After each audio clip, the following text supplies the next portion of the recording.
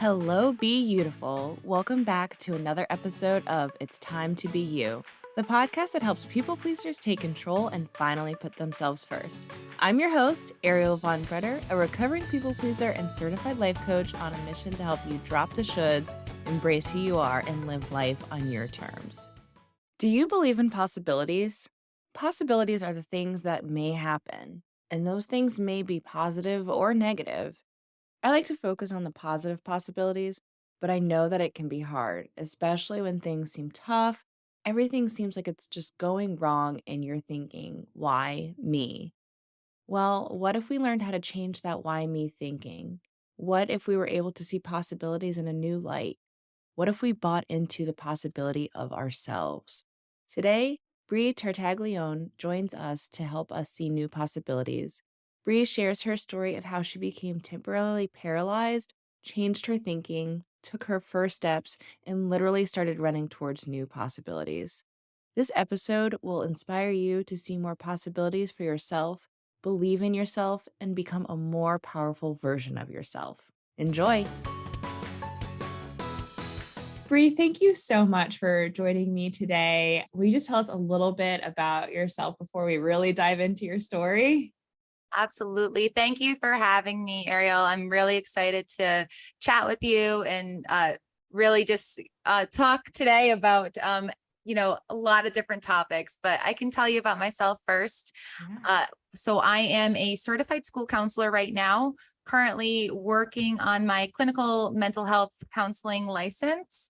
I'm also a motivational speaker. I started my speaking career after my medical incident and my story, which I know we'll get into. That has really brought me in this whole new realm of mental health and psychology, which I really love, which is talking on different mental health and psychological concepts that can really be impactful for people living day to day, or who might be living in distress or in a really scary or difficult place. So those are some sort of key points about me, and I'm happy to talk more as we get into the conversation. Awesome. Well, yeah, I mean, I think mental health and mental health awareness is huge, and I love talking about it to spread awareness. So I love what you're doing. And so let's kind of go back to your medical incident. Like, what kind of happened to you? Yeah, so man, it was just such a whirlwind. Really, it happened in a matter of 24 hours.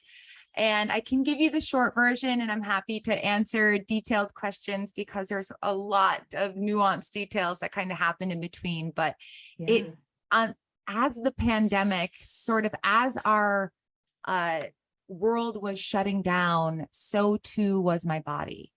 And on March 17th, 2020, which was actually my first day of remote work, I realized that something was terribly wrong. It had started the day before. It was a tingling and numbing sensation that began in my feet, really in my toes, and grew up my legs all the way through to my waist. And then it also actually localized in my mouth and grew up and around my head, skull, and neck.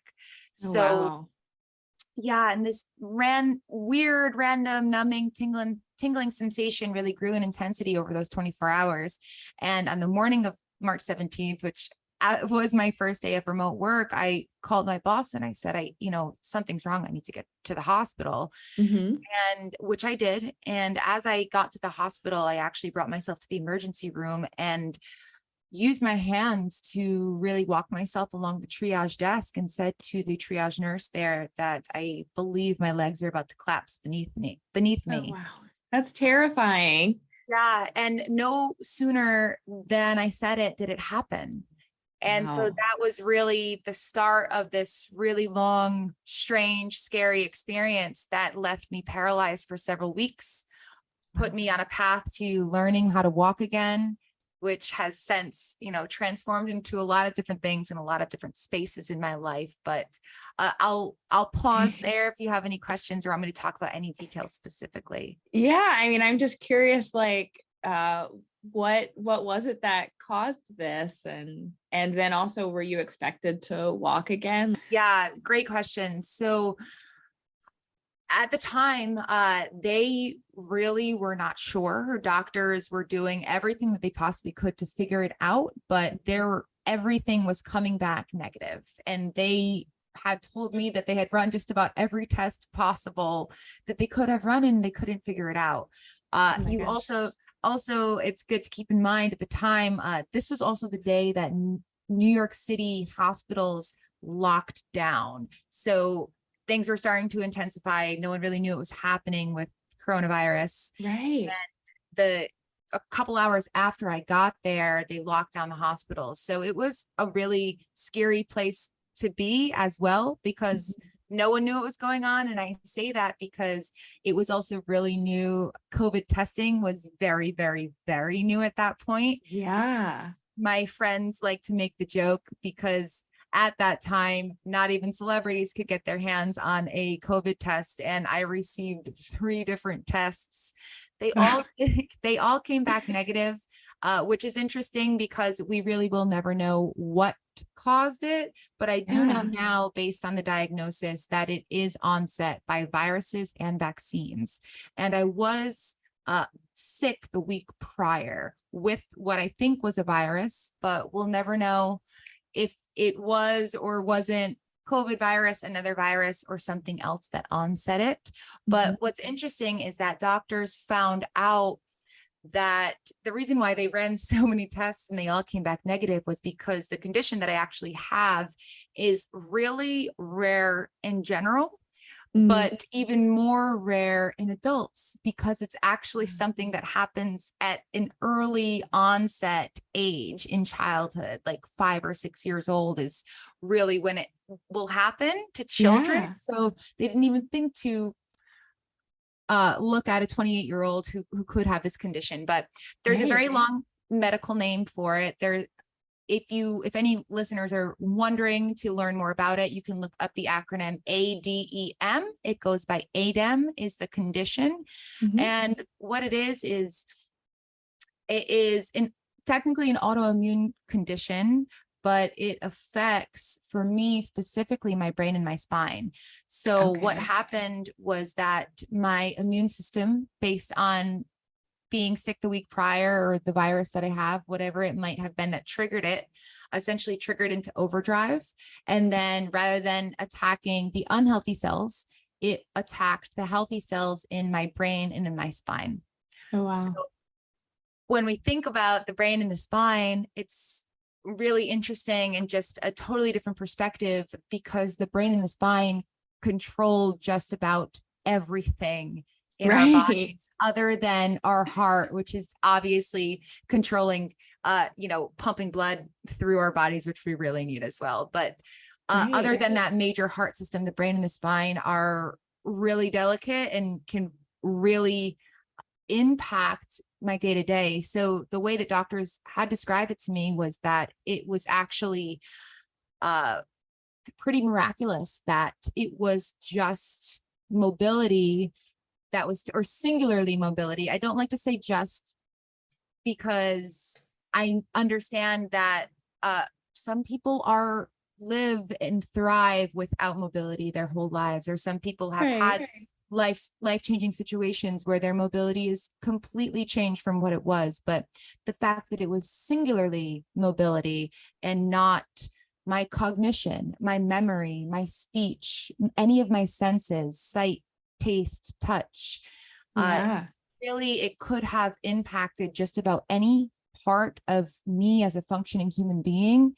And it was singularly my mobility. So when I think about that and really switch it to that perspective, I am thankful that my body was able to pull through and really get through this thing. But there was a point in time before they were able to diagnose that they couldn't tell me what the trajectory would be. And there were thoughts that it could progress and get worse, that it could be permanent, or that it could lead to amputation of some sort. So there was definitely a lot of anxiety and feelings around those moments. But like I said, they were able to figure it out. And, there was a recovery process from there.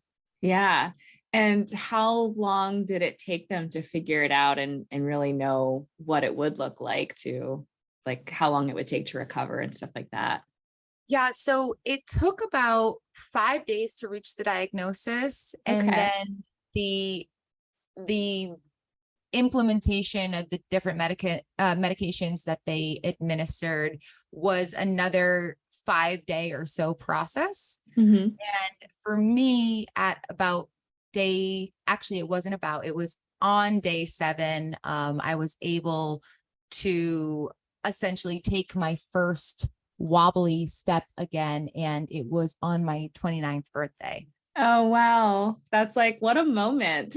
What a moment. Yeah, it was not a pretty step, and there was not much more after that, but it was to take my first step again on my birthday was pretty incredible. Right. Wow. And so, like, what was your mindset like during this time? Mm, such a powerful question. Yeah. It's so interesting because when anyone is faced with something unexpected, challenging, difficult, life-changing, Mm-hmm. one of the first sort of moments that we experience is this sort of looming question of why did Yeah. this happen? Well, I don't understand for what reason. And then I definitely harbored that why inside of me. It was short-lived, but the initial questions were me asking why. Mm-hmm. And I found that the more I asked, the more powerless I felt, because I wasn't going to receive the answer that I was necessarily looking for. Doctors could answer why this happened medically, and Right. there's other whys that I could get answered, but the why me question was not something that could be answered by me or anyone around me. And Mm-hmm. even regardless of my spirituality or religious affiliation, that why question we know doesn't come directly to our ear either. Right. Yeah. So regardless of how or where or when I was asking the question why, I asked, whether it was in my head or out loud, I would ask, and it was like I was losing this power because I was never getting an answer back. Yeah. So with my mindset, I realized how debilitating this question was making me feel, this one question. And I also realized that I had the ability to re-empower myself by reframing the question into Mm. the answer that I could give myself. And the answer that I know to why is because. There's really Yeah. not anything past that. Some people might say, why not? And I just Yeah. knew, like, I always learned you answer why with because. And I was Right. looking for a because, and no one could give me the because that I was looking for. But I realized when I said because me, I wasn't saying because this is my fault. That was Mhm. not the intention. I was saying Yeah. because this is now a part of me, Ooh. because this is part of my path and my journey of existence, because I now have the opportunity to take a circumstance that has happened in my life and use it to springboard everything else from here. So Right. I found a way to really switch my mindset from why to because, and I went from powerless to powerful. I was Yeah. able to really turn my circumstance from something that made me from something that, excuse me, that I felt like it was happening to me, to something that now happened for me. There is Yeah. more to this. There is a lot more that I'm just not able to see, in the same way that I won't hear that why. And Mhm. I just need to trust and believe in the power that I hold as a human being to use this experience for good, for myself in my life, Right. regardless if I will ever be able to take a step again. And this whole mindset shift happened before I was able to walk. So it was being able to walk again was like icing on the cake, because I had already empowered myself that this could be my new circumstance. Let it be, and let me with it, so I can continue to move forward in my life. So that's a peek into what was going on there in the mindset. Yeah, I mean, that is really powerful, because I think a lot of times when something happens to us, it is automatic to just be like, oh, why me? And we like feel like we need an answer. But it really is like, if we don't have the answer, or even if we did have the answer, like, what is that really going to change? And I like that you say like, because this is a part of me now, and that you really accepted it and embraced that so that you could move forward. And so I'm kind of curious, like, sometimes people like kind of hate the phrase of like, everything happens for a reason. But like, how do you feel? Like, do you feel like this happened for a reason, or like, is that not how you see it? So I can really understand the cliche and like sort of the angst around that saying, everything happens for a reason. And though I do believe that there's a lot of power behind that, it's not necessarily how I orient myself in this circumstance. The way that I have been able to understand it, and might make it helpful for other people who don't want to use that term, that everything happens for a reason, but want to figure out sort of a more comfortable and salient way to experience their circumstance, is that our circumstances are just that, but it's how we orient ourselves to them. And by orient ourselves, I mean our thoughts and our emotions and our behaviors. Really, that cycle of thoughts, emotions, behaviors that we sort of encapsulate the circumstance within. Right. Yeah. We don't have to make a singular circumstance the center that our thoughts, behaviors, and beliefs and emotions really circle around. We don't need to circle everything that we do around a circumstance. We can orient ourselves to something that has happened in our lives, to a place of understanding, to a place in understanding. Again, we're not going to find the why, but a place of understanding of where it fits in our lives. And I think that helps shake the thoughts that a circumstance becomes us and we become it, and we have to find why it happened. Everything happened for a reason. Like, we have to look for that reason, otherwise it is not validated.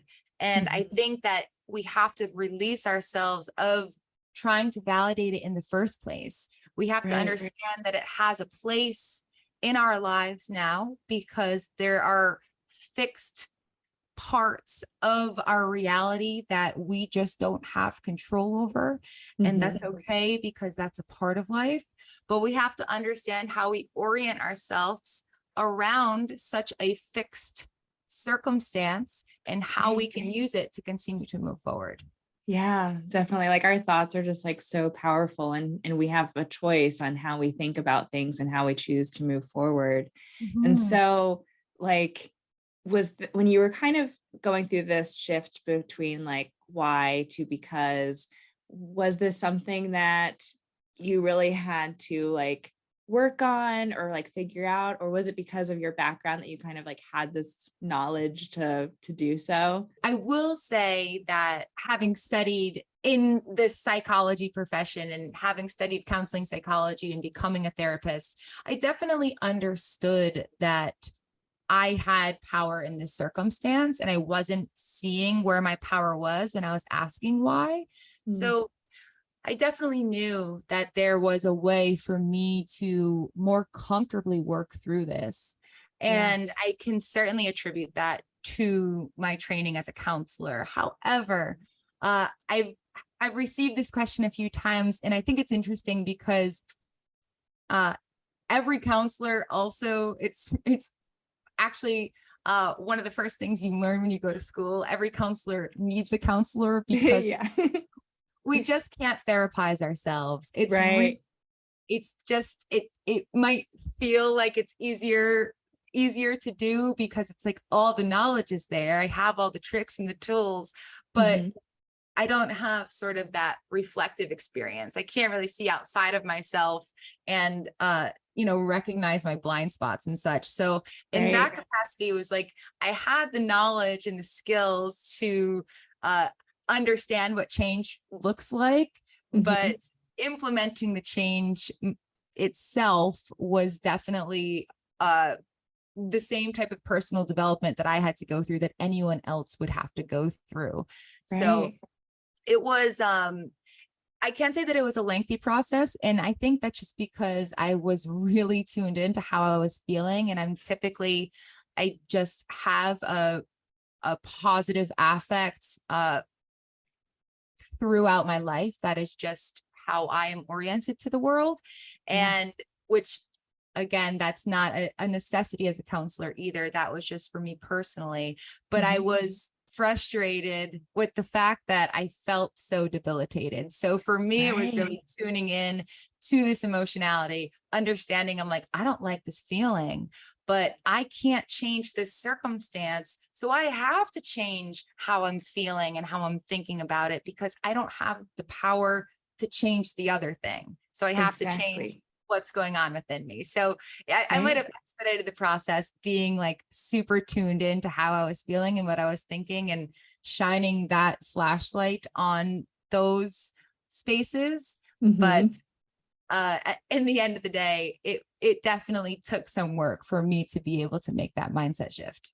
Right. Yeah. It's like you're still human and have to go through the Exactly. process. Exactly. Yeah. And Exactly. then, learn, like, be self aware and focus on like what is actually in your control versus what's not in your control and what's already happened. So, Mhm. what are some other lessons that you've learned from this experience?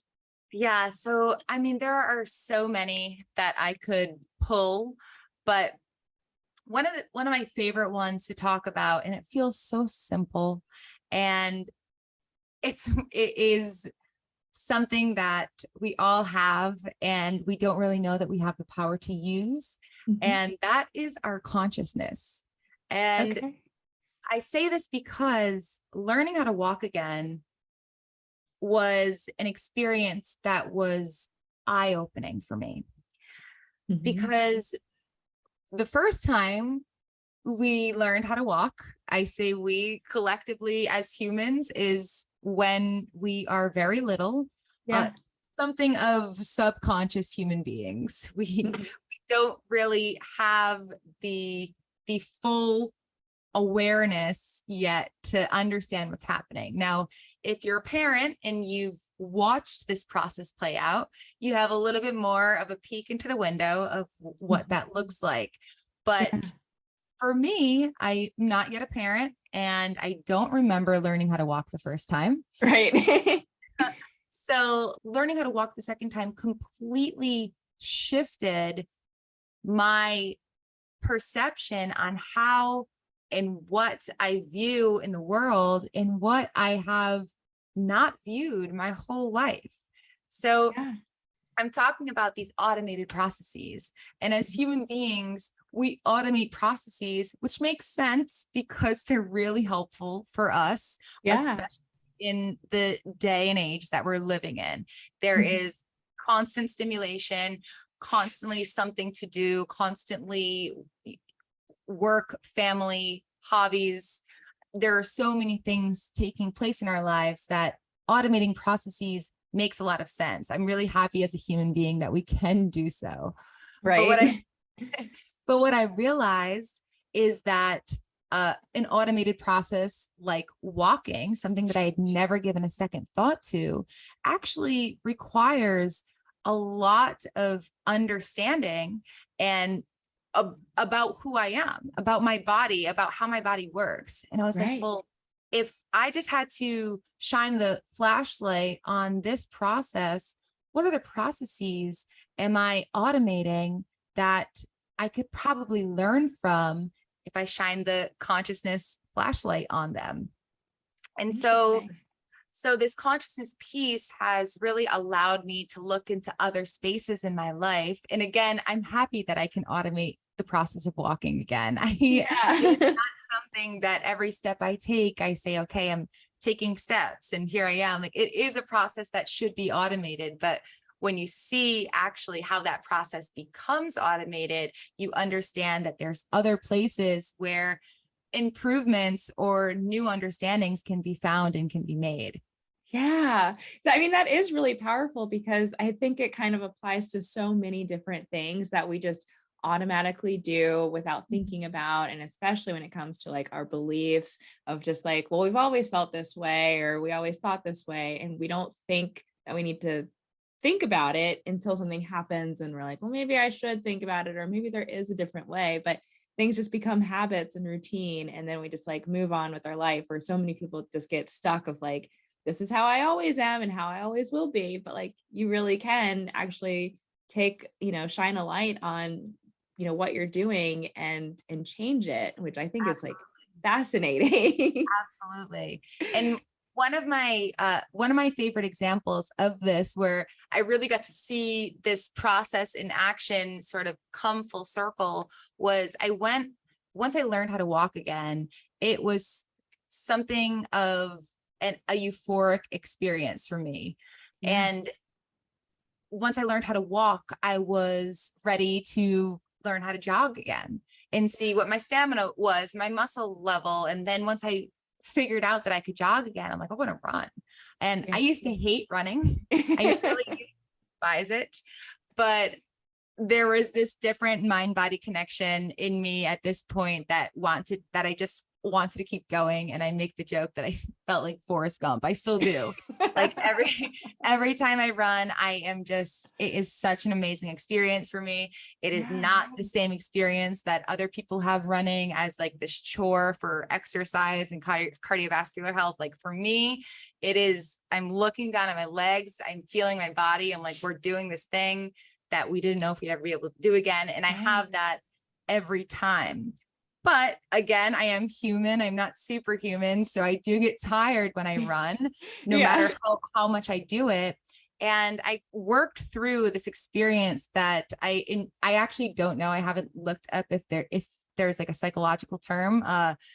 Maybe I should look this up, but I have named it thought flooding.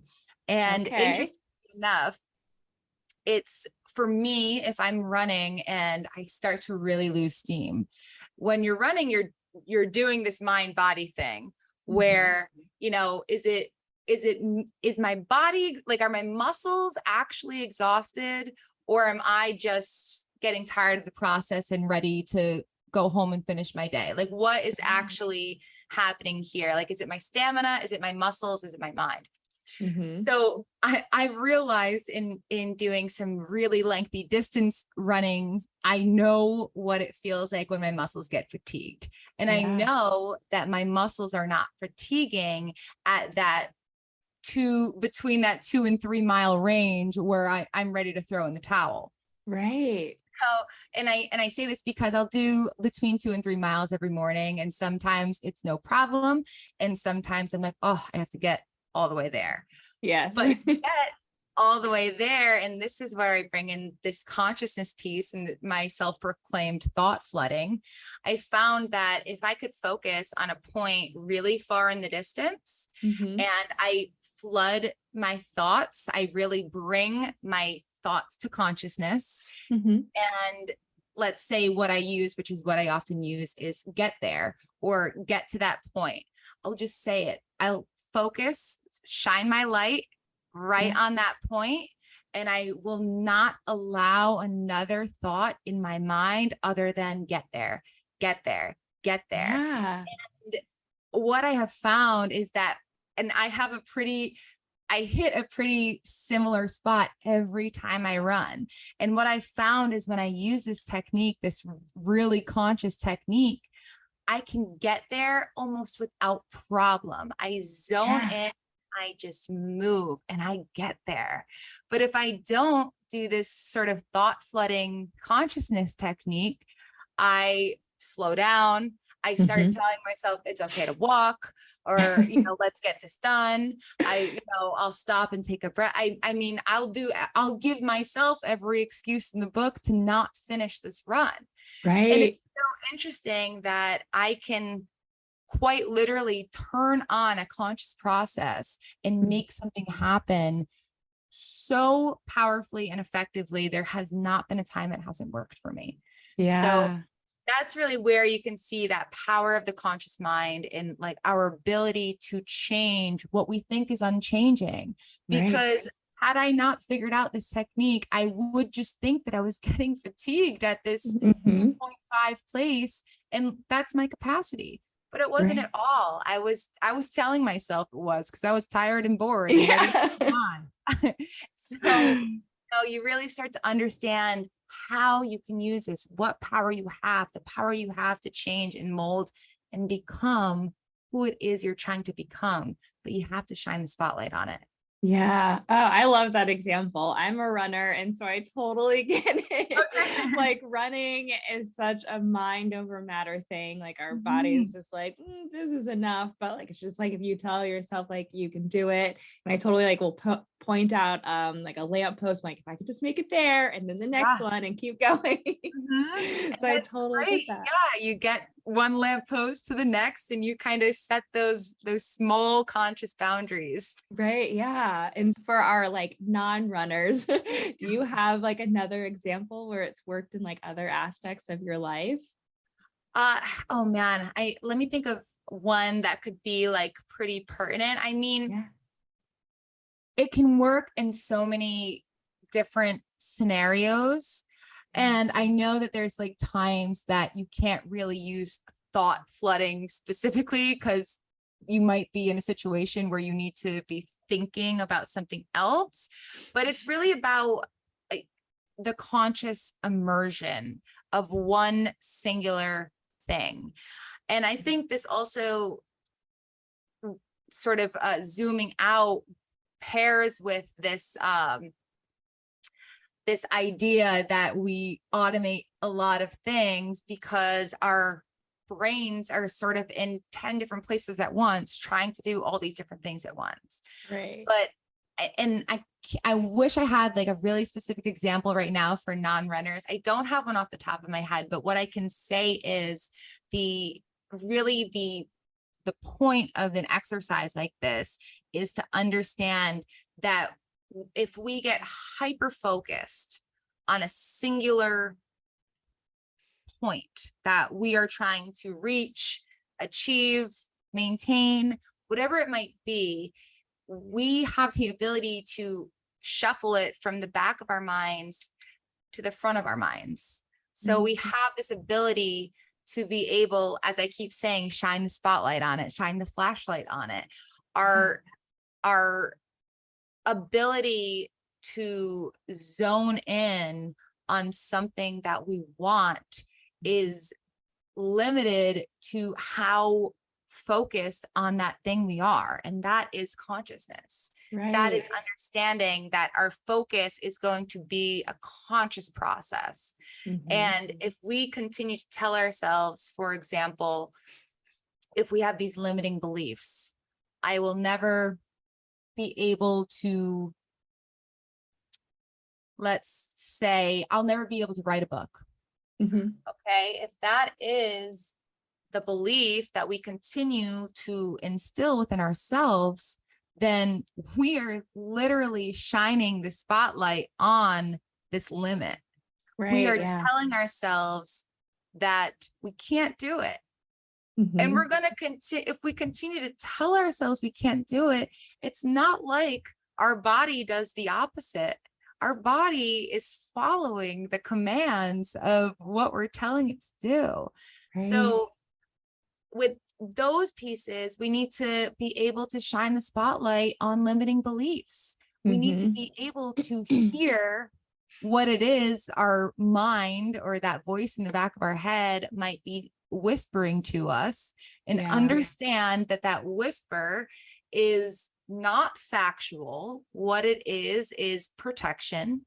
It Yes. is there's so many reasons it could come up for you, but it could be a conditioned behavior from when you were a child. Someone else told you this so often that it became something that you internalized and believed. Mm-hmm. It could be something that you told yourself because you put yourself out there once and you had a really scary experience, and now you protect yourself from it.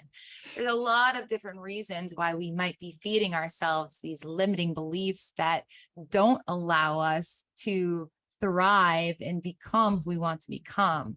But if we can flip that switch, shine the spotlight on these words, understand that they are not always true and not often true either, then we can at least try to say the other thing. And it might feel uncomfortable at first. So if we're going from I can't write a book, which was the example that I offered, to I can write a book, or I will be able to write a book, then we're going to start sort of recognizing this idea in our minds. It's going to start to register with us. And when it starts to register, then we're going to start making those moments into active improvements to getting there. Again, when you tell yourself you can do something, the actions that are going to follow are going to be something that you do to make that thing happen. So understanding the mind-body connection is really, really powerful, really, really important. And shining that flashlight onto the things that we want the most is going to be really, really powerful for our growth. Right. Definitely. Yeah. So it's really just focusing on like what you actually want to happen, and, bringing that to like your consciousness. And then like eventually it will be like your subconscious and like what you do automatically after you're showing yourself like the proof that you can do that, like write a book or, whatever the goal is. Yeah. And then, so like, what made you want to like share your story and, inspire people? Yeah. So for me, I have always been in the helping profession. Before I was a therapist, I was an educator. I worked in school counseling, and I also was a teacher for a while. So I always knew that like this helping profession or the helping space was where I was drawn to. And it's also where I saw I could make a lot of impact. And because of that, when this experience happened for me, it was as if it put some puzzle pieces together, because I had also always wanted to be a speaker. And I always felt like, I was like, well, what would I speak on? How do I help the masses or impact the masses? And I was like, I don't know. And then I realized I have this story now, this incredibly powerful experience that can translate in a lot of different ways, in so many different facets of mental health, in so many different spaces, that this was my opportunity to use my experience, tie it to all these different mental health processes that we go through and that we struggle with as humans, and help people get through experiences themselves that they might feel like they're not able to get through, or they're having a really difficult time navigating. Yeah. Oh, I love it. I mean, I think people's stories just really help people get through what they're going through, to see that someone else has done it. And it's just, I mean, it's so inspiring. And I feel like there's so many aspects to your story that like we didn't even like have time to get into. I was just like, are you going to be writing a book? Because you should, if not. I am in the very early stages of trying to draft something up and see what lands. So I don't know if it will be a book or a memoir or an online something or other, but I am in the process of drafting something in writing to be able to bring this to paper. Awesome. And where can people like find you to stay connected and find out if you write a book and what and everything else that you're doing too? Absolutely. Yeah. So everything, you can find me basically everywhere at Bri Undeniably. My website is briundeniably.com. That's BriUnDeniably. And all of my social profiles, you're also going to find me at Bri_undeniably. So that's where you're going to see all the work I'm doing, the speaking that I'm doing, if a book is on the horizon, and really everything that's going on in the counseling space for me. Oh, I love it. And I saw on your website you have that you want to help people buy into the possibility of being you. Like, what does that mean? Tell us about that. Yeah, that has been my tagline really through this whole thing. So after this experience happened to me, I started my podcast, which started my business, which started everything else. And through, I have sort of coined the term buy into the possibility of you. And what that means is that in counseling, it's actually there's scientific proof behind the buy-in process. And the buy-in process is basically the hope that we hold that change can happen, that we can change or evolve or reform or reshape. So going into a counseling session, the client buy-in is really important. Essentially, for counselors, when a client brings themselves to counseling, it means that that buy-in box has basically been checked, because they see that there could be a power in them making a change. They understand, even if they're resistant to the counseling process, that change can happen, and they've brought themselves here in the hopes for that.